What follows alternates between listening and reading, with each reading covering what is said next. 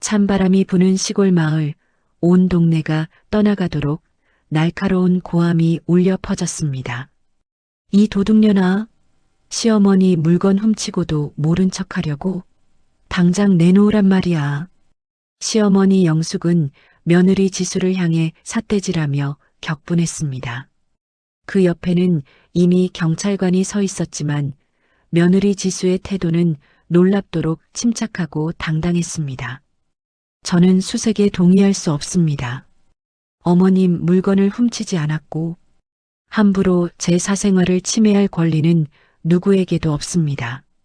단호하게 거부하는 지수, 그리고 화에 못 이겨 쓰러질 듯한 영숙. 팽팽한 대치 속에 영숙의 손에 들린 오래된 폴더폰이 요란하게 울리기 시작했습니다. 여보세요? 단 5분간의 통화. 그 짧은 시간 동안 영숙의 얼굴은 핏기가 싹 가시며 돌처럼 굳어졌습니다. 이내 입술을 파르르 떨며 중얼거리는 그녀의 목소리는 공포 그 자체였습니다. 설마 그 아이가... 그리고 다음 순간 영숙은 그대로 힘없이 바닥에 쓰러지고 말았습니다. 도둑이라고 몰아세웠던 며느리의 숨겨진 진짜 정체, 그리고 25년간 철저히 감춰졌던 충격적인 출생의 비밀이 이 5분의 통화로 인해 만천하에 드러납니다. 이 한 가족의 운명이 완전히 뒤바뀌게 되는 이야기가 시작됩니다. 사연 시작 전 무료로 할 수 있는 구독을 눌러주시면 당신의 하루에 행운이 찾아올 거예요. 오늘의 사연 지금 시작합니다. 영숙이 집안 대대로 내려온 금고 앞에서 떨리는 손으로 비밀번호를 눌렀습니다. 철컥 하고 무거운 금고 문이 열렸지만 영숙의 얼굴은 순식간에 새하얗게 변했습니다.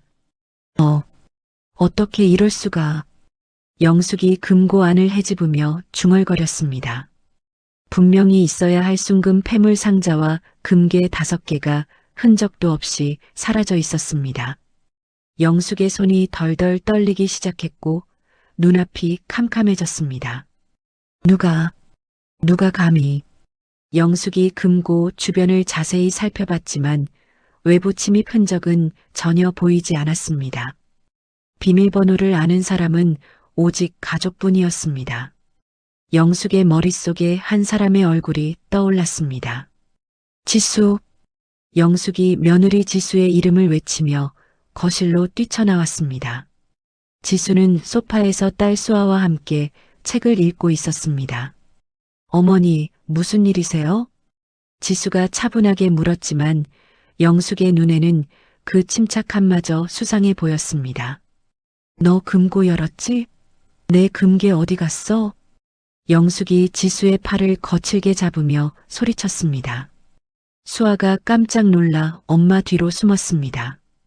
어머니, 무슨 말씀이신지 모르겠어요. 저는 금고에 뭐가 들어있는지도 모르는데요. 지수가 눈 하나 깜짝하지 않고 대답했습니다. 하지만 영숙은 그런 지수의 태도가 더욱 의심스러웠습니다. 거짓말하지 마. 너 말고 누가 훔쳤겠어? 영숙이 현관문을 벌컥 열고 나가더니 동네에 들리도록 큰 소리로 외쳤습니다. 이 도둑년아, 시어머니 물건 훔치고도 모른 척하려고. 이웃집 창문들이 하나둘 열리기 시작했고 사람들이 고개를 내밀어 구경했습니다. 지수의 얼굴이 붉어졌지만 여전히 침착함을 잃지 않았습니다. 어머니, 안으로 들어가세요. 이웃들이 다 보잖아요. 뭘 들어가. 너 같은 도둑과 한 집에 살 수 없어. 영숙이 휴대폰을 꺼내며 112에 신고 전화를 걸었습니다. 여보세요? 경찰서죠? 우리 며느리가 금고에서 금괴를 훔쳐갔어요. 빨리 와서 잡아가세요. 30분 후 경찰차 사이렌 소리와 함께 경찰관 2명이 현장에 도착했습니다. 김 경사가 수첩을 꺼내며 상황을 파악하기 시작했습니다. 신고 내용을 다시 한번 말씀해 주세요. 우리 며느리가 집 금고에서 금괴 5개하고 순금 패물을 훔쳐갔어요. 당장 수색해서 찾아주세요. 영숙이 지수를 손가락으로 가리키며 말했습니다. 저희는 영장 없이는 수색할 수 없습니다. 현행범이 아닌 이상 법원 영장이 필요해요. 박순경이 차분하게 설명했습니다. 무슨 영장이야? 도둑이 뻔한데 왜 영장이 필요해? 영숙이 목소리를 높였습니다. 어머님, 법적 절차는 지켜야 합니다. 그리고 김 경사가 지수를 바라보며 말했습니다. 부인께서는 수색에 동의하십니까? 지수가 고개를 들고 단호하게 대답했습니다. 저는 수색에 동의할 수 없습니다. 뭐라고? 이 도둑년이. 영숙이 지수에게 달려들려 했지만 경찰관들이 막아섰습니다. 진정하세요.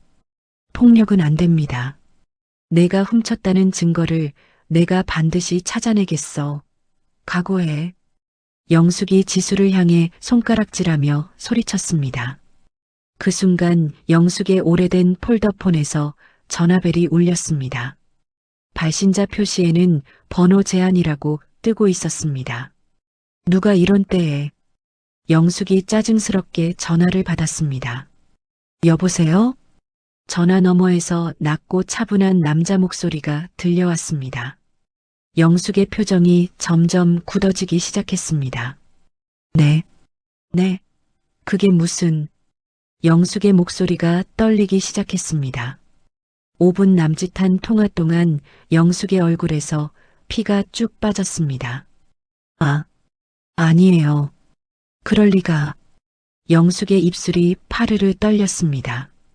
경찰관들과 지수가 이상함을 느끼고 영숙을 바라봤습니다. 설마 그 아이가 진성그룹에. 영숙이 희미하게 중얼거리더니 그대로 털썩 바닥에 주저앉았습니다. 어머니.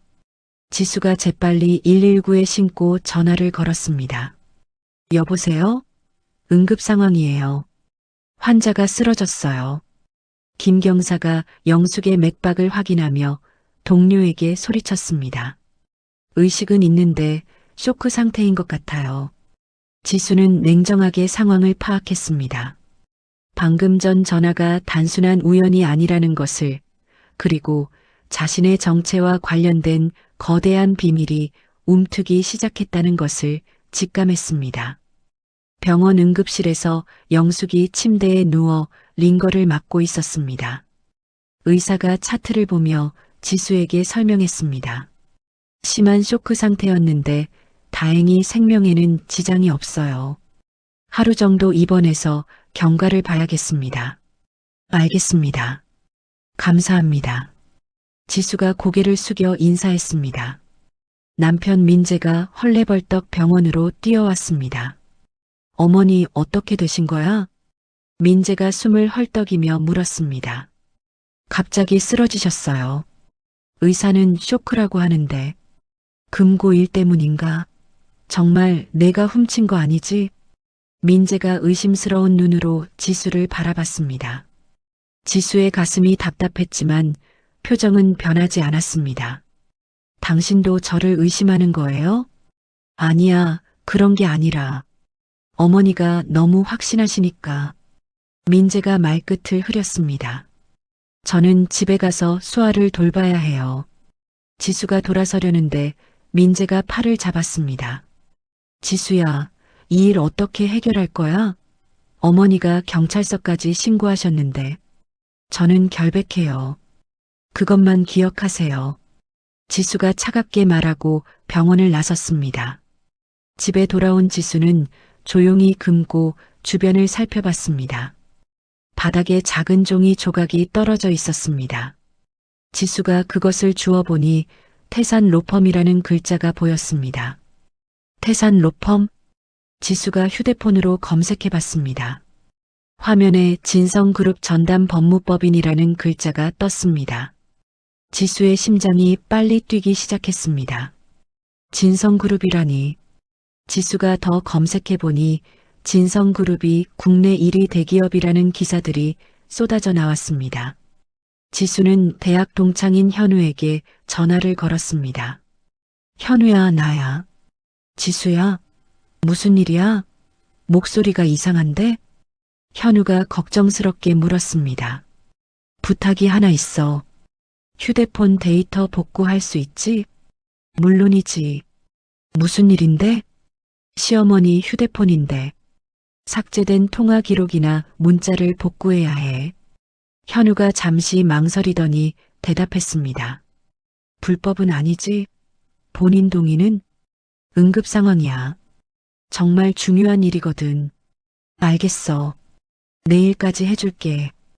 다음날 현우가 지수에게 USB를 건네줬습니다.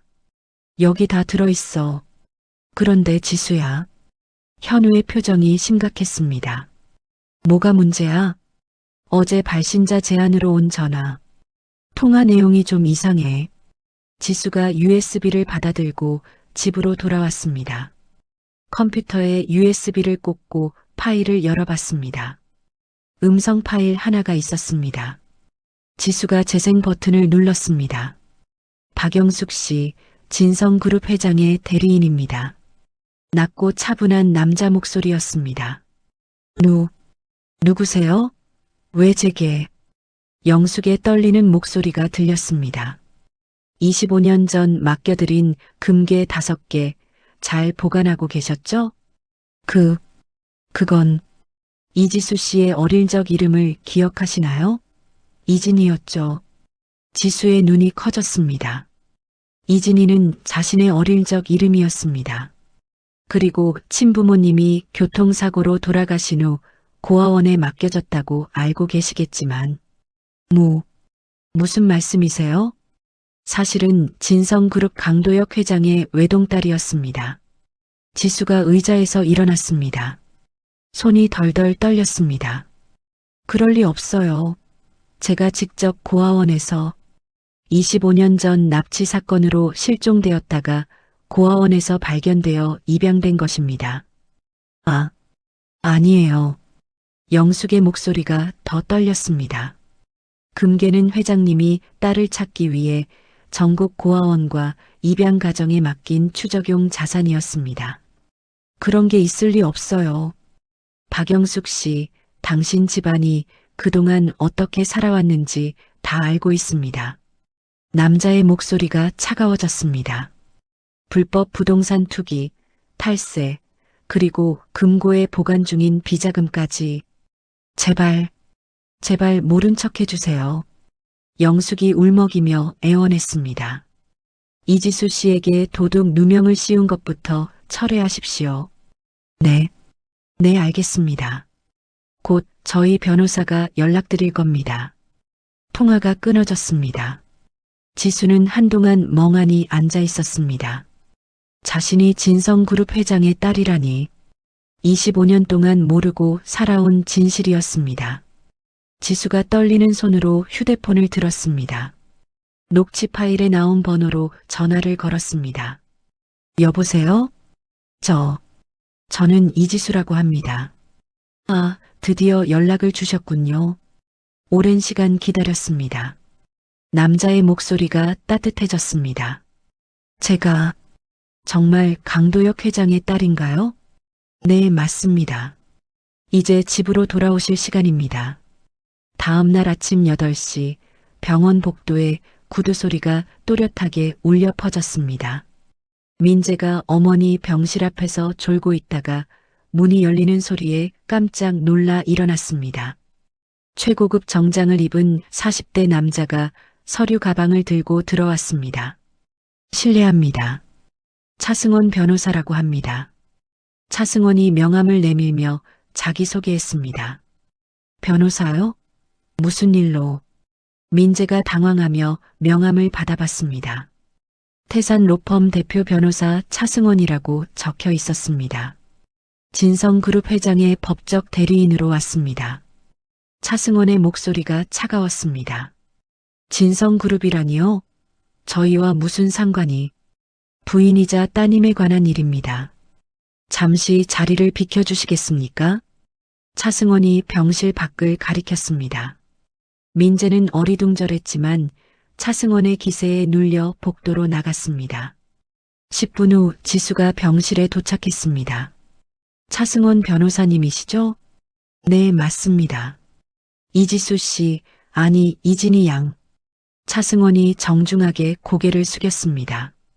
침대에 누워있던 영숙이 지수를 보자 얼굴이 하얗게 질렸습니다. 어서 앉으세요. 말씀드릴 것이 많습니다. 차승원이 의자를 권했습니다. 지수가 조심스럽게 앉았습니다. 차승원이 서류 가방에서 두꺼운 파일을 꺼냈습니다. 먼저 이것부터 보시죠. 차승원이 DNA 검사 결과지를 내밀었습니다. 25년 전 실종된 강도혁 회장의 딸 이진희 양과 99.99% 일치한다는 결과입니다. 지수의 손이 살짝 떨렸습니다. 정말 제가 강도혁 회장의 딸인 건가요? 네, 의심할 여지 없습니다. 차승원이 다른 서류들을 펼쳐 보였습니다. 출생증명서, 실종 당시 경찰 조서, 고아원 입소 기록까지 모두 있습니다. 지수가 서류들을 하나씩 살펴봤습니다. 어릴 적 기억이 어렴풋이 떠올랐습니다. 그럼 금고에 있던 금괴는 회장님이 딸을 찾기 위해 전국 입양 가정에 맡긴 추적용 자산이었습니다. 차승원이 냉정하게 설명했습니다. 박영숙 씨 댁에 25년 전부터 보관되어 있었죠. 침대에서 영숙이 신음소리를 냈습니다. 아니에요. 그럴 리가. 박영숙 씨, 정신 차리시죠. 차승원이 영숙을 바라보며 말했습니다. 25년 동안 금괴 보관료 명목으로 받은 돈이 얼마인지 아시죠? 영숙의 얼굴이 더욱 창백해졌습니다. 그건 모르는 일이에요. 월 500만 원씩 25년간 총 15억 원을 받으셨습니다. 차승원이 통장 사본을 꺼내 보였습니다. 그리고 그 돈으로 부동산 투기와 탈세를 일삼으셨죠. 지수가 충격에 빠져 말문이 막혔습니다. 문 밖에서 이 대화를 엿듣던 민재가 벽에 기대어 주저앉았습니다. 아내가 재벌 총수의 딸이라고? 민재의 목소리가 떨렸습니다. 차승원이 지수에게 다른 서류를 건넸습니다. 이제 선택하실 시간입니다. 무슨 선택이요? 첫째, 시댁의 모든 불법 행위를 고발하고 법적 책임을 묻는 것. 차승원의 목소리가 더욱 차가워졌습니다. 둘째, 이혼과 함께 진성그룹 상속녀로 공식 복귀하는 것. 지수가 잠시 생각에 잠겼습니다. 25년간 자신을 속이고 이용한 시댁에 대한 분노가 치밀어 올랐습니다. 저는 두 가지 모두 선택하겠습니다. 지수의 목소리가 단호해졌습니다. 현명한 판단이십니다.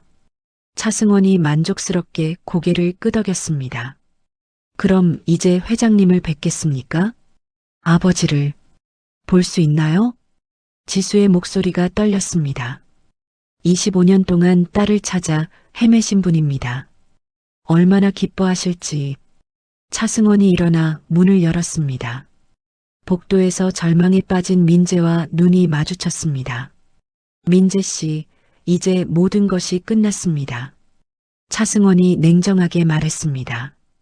지수가 침대에 누운 영숙을 마지막으로 바라봤습니다. 어머니, 25년 동안 수고하셨어요. 지수의 목소리에는 더 이상 존경도 원망도 없었습니다. 그저 남남이 된 사이의 차가운 인사였습니다. 영숙이 지수의 뒷모습을 보며 눈물을 흘렸습니다. 내가 무슨 짓을 한 거야? 차승원과 지수가 병실을 나서자 민재가 다급하게 뒤따라왔습니다. 지수야, 잠깐만 기다려. 하지만 지수는 돌아보지 않고 엘리베이터에 올랐습니다. 엘리베이터 문이 닫히며 민재와의 25년 결혼 생활도 끝이 났습니다. 차승원이 지수에게 말했습니다. 이제 진짜 삶이 시작됩니다. 지수가 고개를 끄덕였습니다. 억압받던 며느리는 죽었고 진성그룹의 상속녀가 태어났습니다. 다음 날 오후 지수는 차승원과 함께 서울 강남의 고급 카페에 앉아 있었습니다.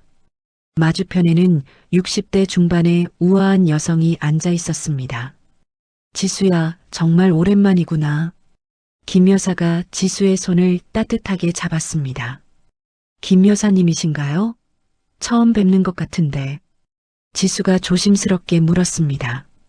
내 엄마 윤미경과 대학 동창이었어. 너를 낳을 때도 옆에 있었지.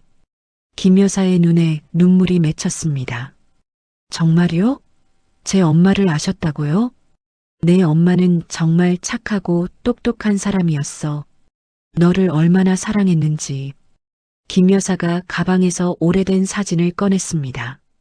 지수가 사진을 보자 가슴이 뭉클해졌습니다.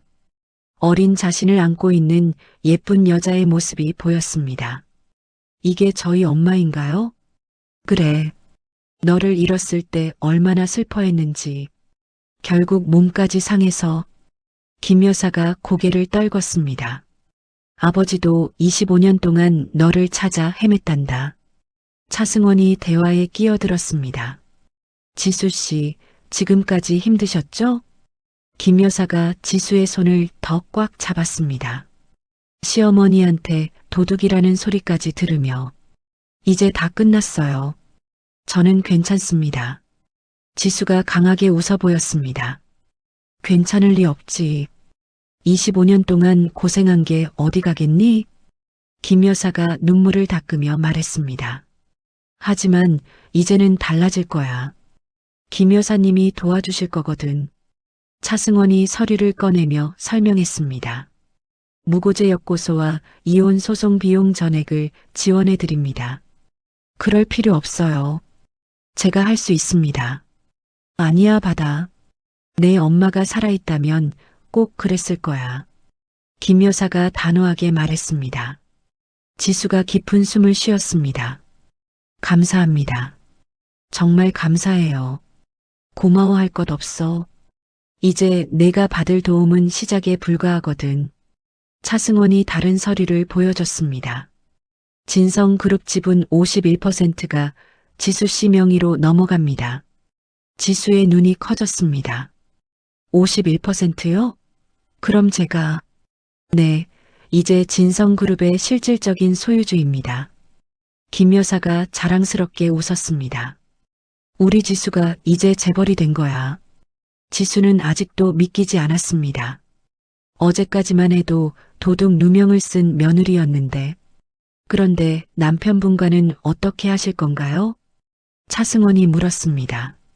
이혼할 거예요. 더 이상 참을 수 없어요. 지수의 목소리가 단단해졌습니다. 현명한 판단이야. 25년 동안 내 정체도 모르고. 김 여사가 고개를 저었습니다. 오후 6시 지수가 집으로 돌아왔습니다. 민재가 거실에서 초조하게 기다리고 있었습니다. 지수야, 어디 갔다 온 거야? 하루 종일 연락도 안 되고. 민재의 목소리가 불안했습니다. 앉으세요. 할 말이 있어요. 지수가 소파에 앉았습니다. 무슨 말인데? 혹시 어제 병원에서 들은 얘기 때문에. 네, 맞아요.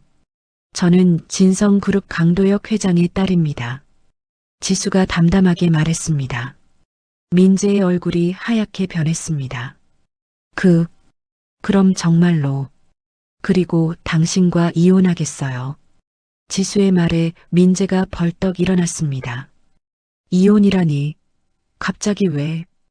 25년 동안 당신 어머니가 저한테 한 일들, 그리고 당신이 방관한 것들. 지수의 목소리가 차가워졌습니다. 더 이상 참을 수 없어요. 민재가 무릎을 꿇었습니다. 지수야, 미안해. 정말 미안하다. 내가 잘못했어. 이제 늦었어요. 서류는 내일 보내드릴게요. 지수가 일어섰습니다. 그런데 수아는? 민재가 급하게 물었습니다. 공동 양육권을 주장할 거예요. 수아는 제 딸이기도 하니까. 민재의 눈에 이상한 빛이 스쳤습니다. 알겠어. 그렇게 하자. 지수는 민재의 표정 변화를 놓치지 않았습니다.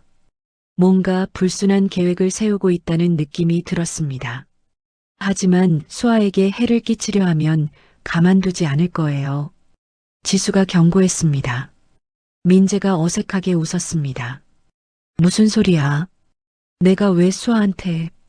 다음 날 아침 경찰서에 차승원과 함께 간 지수는 금괴 회수 확인서를 제출했습니다.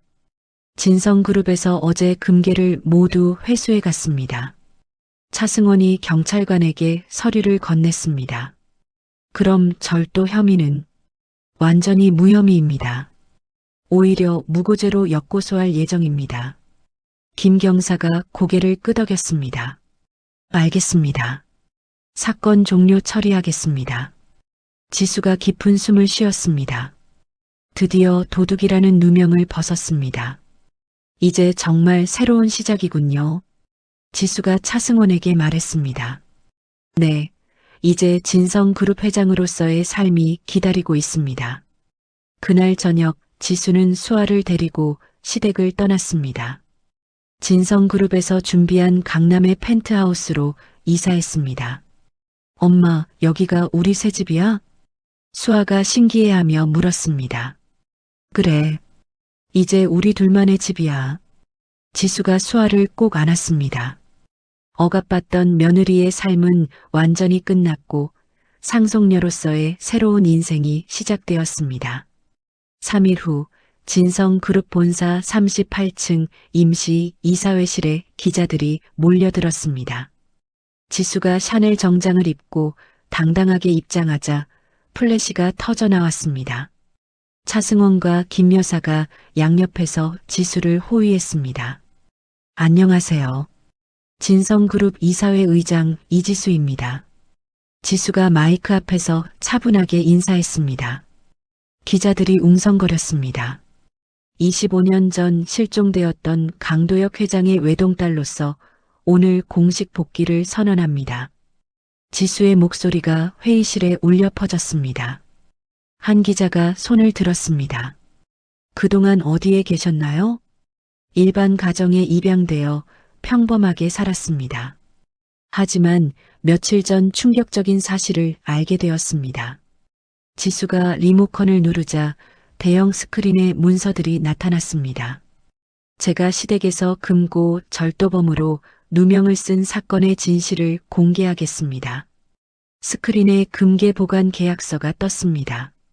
이 금괴들은 25년 전부터 제 친부가 저를 찾기 위해 입양 가정에 맡긴 추적용 자산이었습니다.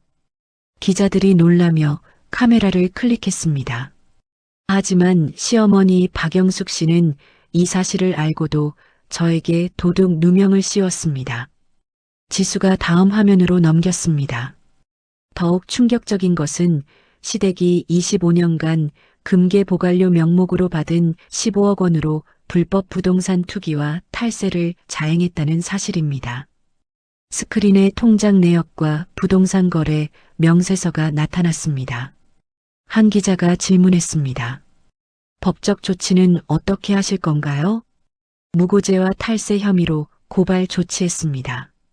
법의 심판을 받게 될 것입니다. 지수의 목소리가 단호했습니다. 같은 시각 시골 마을 단칸방에서 영숙이 TV를 보고 있었습니다. 뉴스에서 지수의 기자회견이 생중계되고 있었습니다. 아니야. 이럴 리가 없어. 영숙이 TV 앞에서 무릎을 꿇었습니다. 화려한 정장을 입고 당당하게 말하는 지수의 모습이 믿기지 않았습니다. 내가 진성그룹 상속녀를 도둑이라고. 영숙의 목소리가 떨렸습니다. 뉴스에서 앵커가 말했습니다. 박영숙 씨 일가의 재산은 모두 동결되었으며 현재 수사기관의 조사가 진행 중입니다. 영숙이 바닥에 주저앉아 울기 시작했습니다. 내 탐욕이, 내 욕심이 모든 걸 망쳤어. 한편 민재는 고시원 방에서 같은 뉴스를 보고 있었습니다. 진성그룹 상속녀라니. 나는 뭐가 되는 거야? 민재의 얼굴이 일그러졌습니다. 휴대폰이 울렸습니다. 화면에 차승원 변호사라는 이름이 떴습니다. 여보세요? 민재 씨, 이혼 서류 준비되었습니다. 내일 법원에서 뵙겠습니다. 잠깐요. 재산 분할은 어떻게 되는 건가요? 민재가 급하게 물었습니다. 혼인 전 재산이므로 해당 사항 없습니다. 그럼 양육비는요? 월 100만 원으로 책정되었습니다. 민재의 얼굴이 붉어졌습니다. 겨우 100만 원이요? 지수가 재벌인데? 아이 양육에 필요한 최소 비용입니다. 차승원의 목소리가 차가웠습니다. 공동 양육권은 인정되나요? 법원에서 결정할 사안입니다. 민재가 이를 악물었습니다. 알겠습니다. 법원에서 봅시다. 통화를 끊은 민재가 어머니에게 전화를 걸었습니다. 어머니, 법원에서 공동 양육권 주장해야겠어요. 뭐라고? 지금 상황에서 무슨?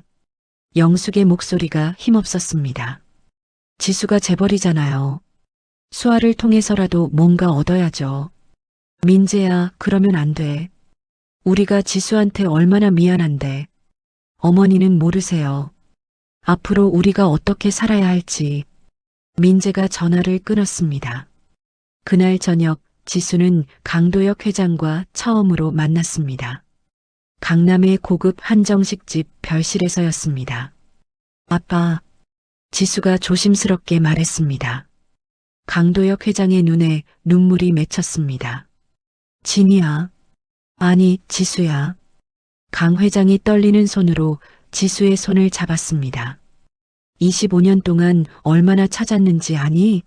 하루도 포기한 적이 없었어. 저도 가끔 꿈을 꾸곤 했어요. 누군가 저를 찾고 있다는.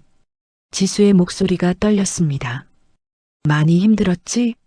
그 집에서. 괜찮았어요. 이제 다 끝났잖아요.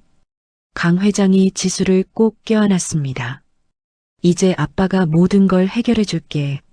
앞으로는 아무도 내게 상처 주지 못하게 할 거야. 고마워요, 아빠. 지수가 25년 만에 아버지의 품에서 울었습니다. 하지만 오랜 세월의 단절이 하루아침에 메워지지는 않을 것이라는 걸 둘 다 알고 있었습니다. 그래도 이제 시작이었습니다. 지수는 마침내 자신이 누구인지 알게 되었고 더 이상 숨어 살지 않아도 되었습니다. 도둑이라는 누명도 벗었고 억압하던 시댁과도 완전히 결별했습니다. 이제 진성그룹의 상속녀로서 새로운 삶을 살 수 있게 되었습니다. 사건 발생 6개월 후 지수는 진성그룹 회장실에서 임원들과 회의를 하고 있었습니다. 3분기 실적이 전년 대비 15% 상승했습니다. 재무이사가 보고서를 읽어줬습니다. 지수가 만족스럽게 고개를 끄덕였습니다. 윤리 경영 덕분이군요. 계속 이 방향으로 가겠습니다. 그때 차승원이 급하게 들어왔습니다. 회장님, 급한 일이 생겼습니다. 회의 중인데 무슨 일인가요? 민재 씨가 양육권 변경 소송을 제기했습니다. 지수의 표정이 굳어졌습니다. 양육권 변경이라니요? 수아 양의 주 양육권을 자신에게 달라는 소송입니다. 지수가 벌떡 일어났습니다. 회의는 여기서 마치겠습니다. 임원들이 모두 자리를 떴습니다. 무슨 근거로 그런 소송을 냈죠? 지수가 차승원에게 물었습니다. 회장 업무로 인한 육아 소홀을 주장했습니다. 차승원이 서류를 보여줬습니다. 그리고 이런 사진들을 증거로 제출했네요. 사진에는 지수가 늦은 시간에 회사에서 나오는 모습들이 담겨 있었습니다. 이걸 언제 찍은 거죠? 최근 몇 주 동안 사설 탐정을 고용해서 찍은 것 같습니다. 지수의 주먹이 꽉 쥐어졌습니다. 정말 비열하네요. 같은 시각 민재는 영숙과 함께 변호사 사무실에 앉아 있었습니다. 이번 소송은 꼭 이겨야 해요. 민재가 간절하게 말했습니다. 하지만 아들아, 이렇게 하는 게 맞니? 영숙이 걱정스럽게 물었습니다. 어머니, 우리가 지금 어떤 상황인지 아세요? 민재의 목소리가 높아졌습니다. 모든 재산이 동결되고 벌금까지 내야 하는 상황이에요. 그래도 수아는 우리 손녀인데. 그래서 더 수아를 지켜야죠. 재벌집 며느리로 키울 수는 없어요. 민재가 변호사에게 물었습니다. 승산은 어느 정도죠? 아이 복리를 내세우면 가능성은 있습니다. 변호사가 대답했습니다. 다만 상대방이 워낙 좋은 변호사를 쓸 테니 돈은 걱정하지 마세요. 어떻게든 마련하겠습니다. 민재가 단호하게 말했습니다. 일주일 후 수아가 아빠를 만나러 카페에 왔습니다. 수아야, 아빠 보고 싶었지? 민재가 수아를 끌어안았습니다. 응, 아빠. 그런데 왜 엄마랑 같이 안 살아? 수아가 순진하게 물었습니다. 민재의 표정이 어두워졌습니다. 아빠가 엄마를 많이 미안하게 했거든. 그래서 따로 사는 거야. 그럼 언제 다시 같이 살 수 있어? 수아가 아빠와 더 많이 있고 싶으면 가능할지도 모르지. 민재가 수아의 손을 잡았습니다. 그때 민재의 지인이 몰래 사진을 찍고 있었습니다. 수아가 아빠와 즐겁게 대화하는 모습들이었습니다. 수아야, 엄마가 요즘 많이 바쁘지? 늦게 들어오고? 응. 가끔 할머니가 와서 같이 있어줘. 할머니? 어떤 할머니? 김할머니. 엄마 친구래. 민재가 속으로 이를 갈았습니다. 지수가 아이까지 남에게 맡기는구나. 2주 후 법원에서 첫 번째 조정이 열렸습니다. 지수와 민재가 조정위원 앞에 마주 앉았습니다. 양측의 주장을 들어보겠습니다. 조정위원이 말했습니다. 민재 측 변호사가 먼저 입을 열었습니다. 신청인은 모친의 과도한 업무로 인한 아동 방치를 우려합니다. 방치라뇨? 그런 적 없습니다. 지수가 반박했습니다. 이 사진들을 보시죠. 민재 측에서 사진들을 제출했습니다. 밤 10시가 넘어 회사에서 나오는 지수의 모습들이었습니다. 이런 시간까지 일하시면 아이는 누가 돌보나요? 김 여사님이 와서 도와주십니다. 혈연관계도 아닌 타인에게 맡기는 것이군요. 조정위원이 메모를 했습니다. 차승원이 반박했습니다. 신청인은 현재 경제적 능력이 없는 상태입니다. 일시적인 어려움일 뿐입니다. 민재가 항변했습니다. 조정은 결론 없이 끝났습니다. 다음 주에 아동 면담을 실시하겠습니다. 조정위원이 발표했습니다. 법원을 나오며 지수가 민재에게 다가갔습니다. 정말 이렇게 할 거예요? 지수야, 나도 수아 아빠야. 민재가 뻔뻔하게 대답했습니다. 수아가 진짜 행복한 게 뭔지 생각해봐요. 그래서 내가 키우겠다는 거잖아. 지수가 돌아서려는데 민재가 마지막으로 말했습니다. 아, 그리고 지수야. 수아가 요즘 아빠가 그립다고 하더라. 지수의 걸음이 멈췄습니다. 무슨 뜻이에요? 직접 수아한테 물어봐. 누구와 더 살고 싶은지. 민재가 비웃으며 사라졌습니다. 그날 저녁 지수가 집에 돌아오니 수아가 울고 있었습니다. 수아야, 왜 울어? 엄마, 아빠가 보고 싶어? 수아가 지수에게 달려와 안겼습니다. 아빠 만나고 싶으면 주말에 만나자. 매일 만날 수는 없어? 수아의 말에 지수의 마음이 아팠습니다. 정말 자신이 수아를 제대로 돌보고 있는 건지 의심이 들기 시작했습니다. 하지만 민재의 속셈이 뭔지도 너무 뻔했습니다. 지수는 수아를 더 꽉 안아주었습니다. 엄마가 수아를 지킬 거야. 아무도 우리를 떼어놓을 수 없어. 한 달 후 민재가 수아를 데리고 공원에서 산책을 하고 있었습니다. 수아야, 아빠랑 사는 게 좋을까? 엄마랑 사는 게 좋을까? 민재가 수아의 어깨에 손을 올리며 물었습니다. 둘 다 좋은데? 수아가 천진하게 대답했습니다. 그런데 엄마는 요즘 너무 바쁘잖아. 아빠는 수아만 생각하고 살 수 있어. 정말? 그럼 매일 놀이공원도 가고 맛있는 것도 먹고. 민재가 수아를 꼬드기기 시작했습니다. 와, 좋다. 수아가 손뼉을 쳤습니다. 그때 민재의 지인이 또다시 몰래 사진을 찍고 있었습니다. 수아야, 저기서 사진 한 장 찍자. 민재가 수아를 인도로 이끌었습니다. 바로 그 순간 달려오던 자전거와 수아가 부딪혔습니다. 아! 수아가 넘어지며 머리를 바닥에 부딪혔습니다. 수아야! 민재가 당황하며 수아를 일으켰습니다.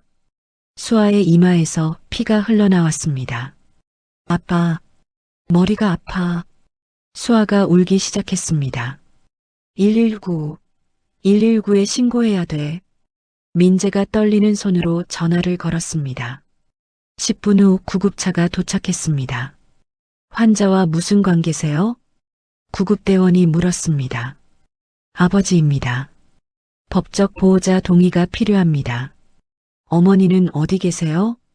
저도 아버지인데 왜? 죄송하지만 주 양육권자의 동의가 있어야 합니다. 구급대원이 단호하게 말했습니다. 민재가 급하게 지수에게 전화를 걸었습니다. 지수야, 큰일 났어.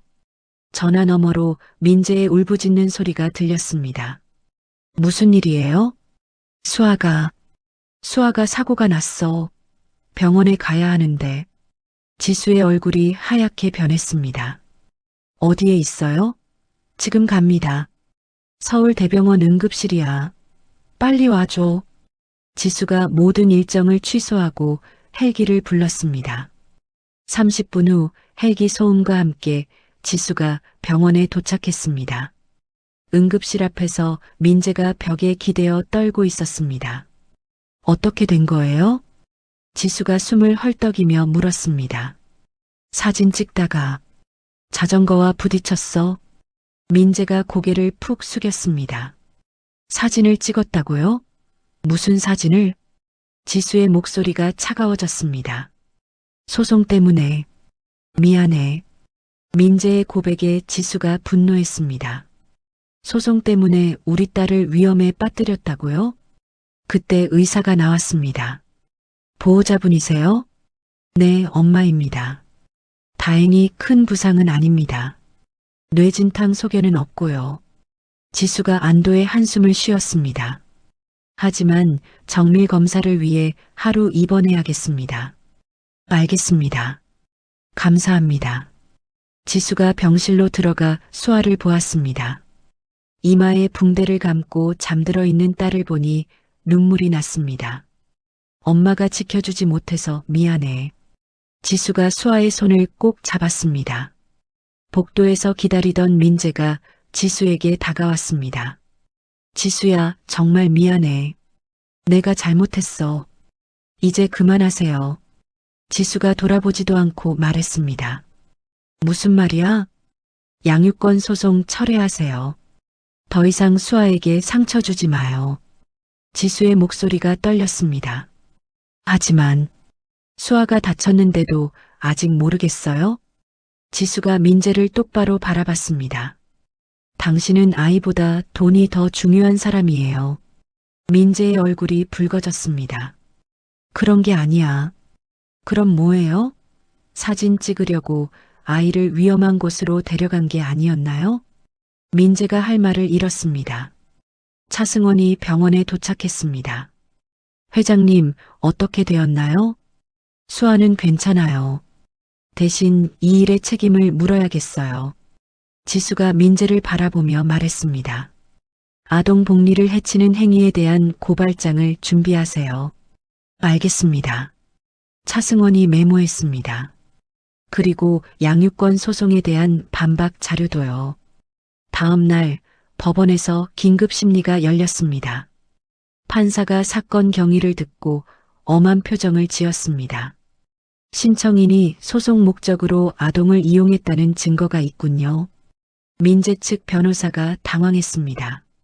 재판장님, 그건 단순한 실수였습니다.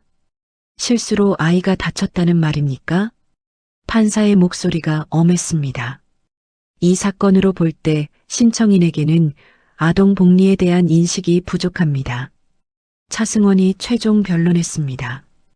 피신청인은 아이의 안전을 최우선으로 생각하는 어머니입니다.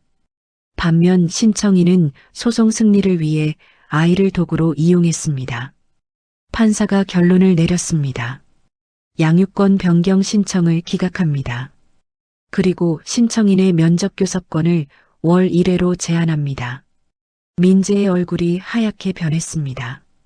법원을 나오며 민재가 지수에게 매달렸습니다. 지수야, 다시 한 번만 기회를 줘. 기회는 이미 충분히 드렸어요.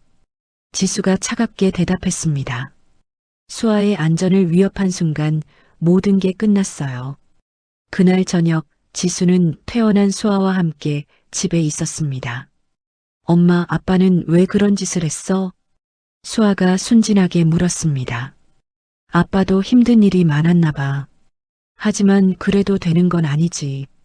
지수가 수아의 머리를 쓰다듬었습니다. 이제 엄마는 너를 지킬 가장 강한 방패가 되었어. 정말? 정말이야. 아무도 우리 수아를 아프게 하지 못해. 지수가 수아를 꽉 안았습니다. 드디어 모든 법적 분쟁이 끝났습니다. 수아는 완전히 지수의 품에서 안전하게 자랄 수 있게 되었습니다.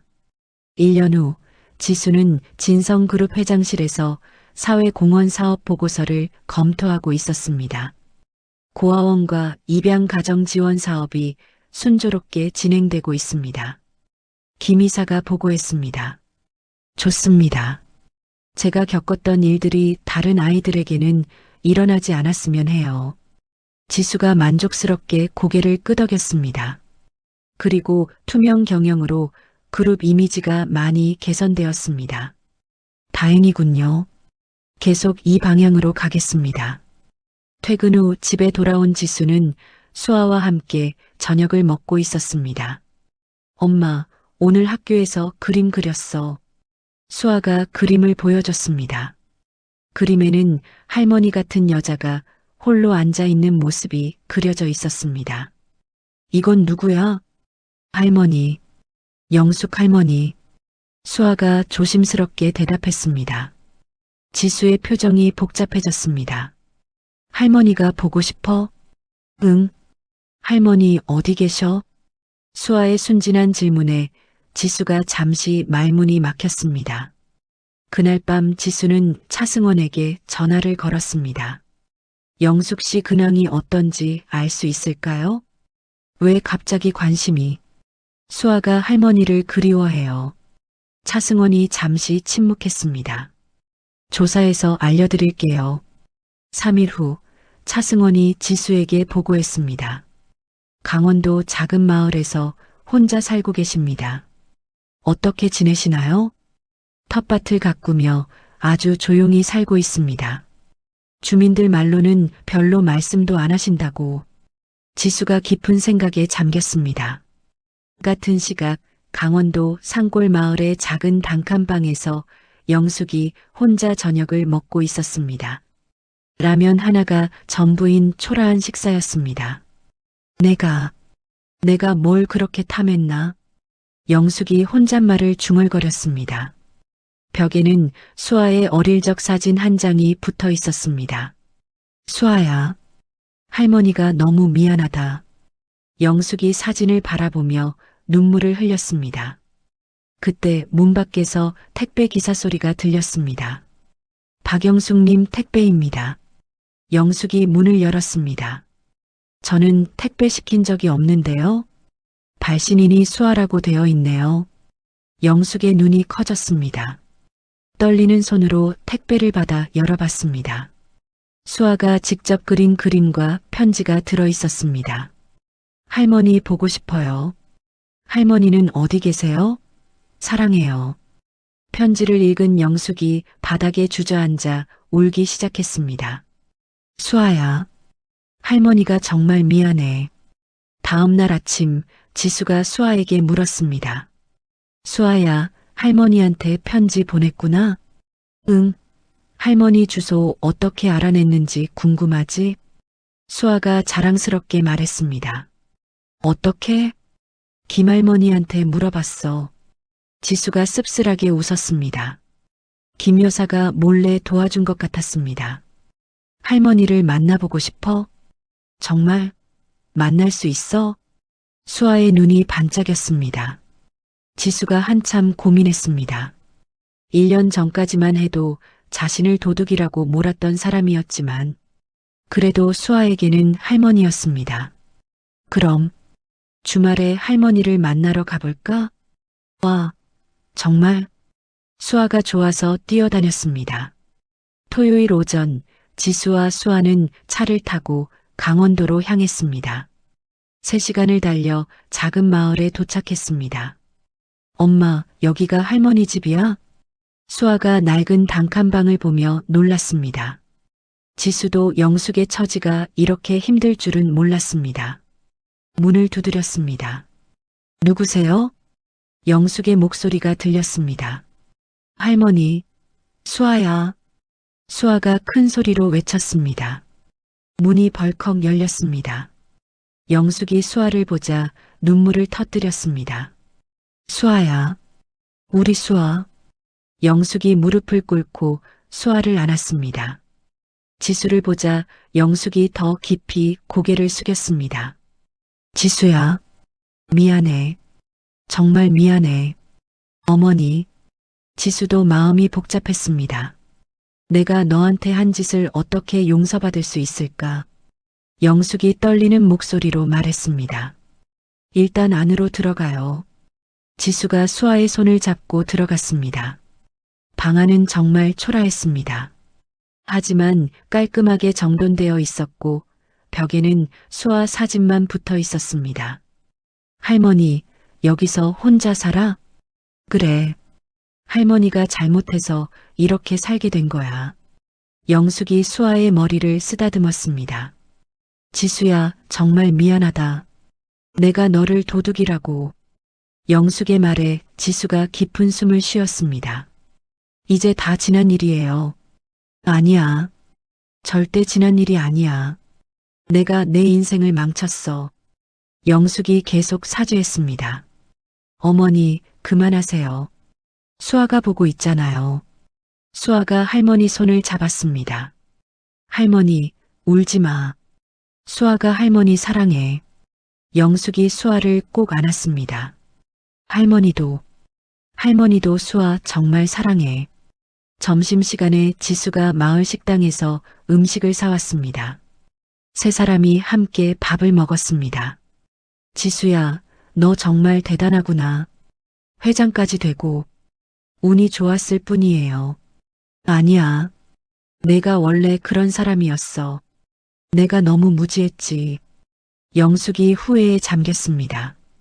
오후에 수아와 영숙이 마을을 산책하는 동안 지수는 생각에 잠겼습니다. 영숙이 정말 많이 변한 것 같았습니다. 탐욕스럽던 모습은 온데간데 없고 진심으로 후회하는 모습이었습니다. 해질 무렵 돌아갈 시간이 되었습니다. 할머니, 또 올게. 수아가 영숙에게 인사했습니다. 그래. 할머니가 잘못했지만 또 보러 와줘. 영숙이 눈물을 참으며 말했습니다. 지수가 영숙에게 봉투를 건넸습니다. 이건 뭐야? 생활비예요. 너무 무리하지 마세요. 아니야, 이건 받을 수 없어. 내가 너한테 한 짓을 생각하면 수아 할머니니까 드리는 거예요. 지수가 단호하게 말했습니다. 영숙이 감격해서 또 눈물을 흘렸습니다. 차를 타고 돌아가는 길에 수아가 말했습니다. 엄마, 할머니가 많이 슬퍼 보여. 그래. 응. 할머니가 잘못한 걸 후회하고 있는 것 같아. 수아의 순수한 말에 지수의 마음도 움직였습니다. 그날 밤 지수는 오랜 고민 끝에 결정했습니다. 영숙에게도 마지막 기회를 주기로 했습니다. 완전한 화해는 아니더라도 수아의 할머니로서는 인정해 주기로 했습니다. 25년의 원한이 하루아침에 사라질 수는 없었지만 용서는 시작될 수 있었습니다. 25년간 숨겨진 진실이 드러나며 시작된 이 이야기는 탐욕과 오해, 그리고 복수를 거쳐 마침내 용서와 화해에 이르렀습니다. 도둑 누명을 쓴 며느리에서 재벌 상속녀로 신분이 뒤바뀐 지수의 극적인 반전, 모든 것을 잃고 나서야 진정한 후회를 깨닫게 된 영숙의 참회, 그리고 순수한 사랑으로 가족을 다시 연결해준 수아의 마음이 만들어낸 감동적인 결말이었습니다. 때로는 인생에서 가장 큰 상처가 가장 큰 성장의 기회가 되기도 합니다. 지수는 억압받던 과거를 딛고 당당한 리더로 거듭났고, 영숙은 탐욕을 버리고 진정한 할머니가 되었습니다. 완전한 화해는 아니더라도 용서는 새로운 시작을 의미합니다. 이야기를 끝까지 들어주신 분들 진심으로 감사드리고 잘 들었다고 댓글 하나만 남겨주세요. 진심을 담아 응원하겠습니다. 감사합니다.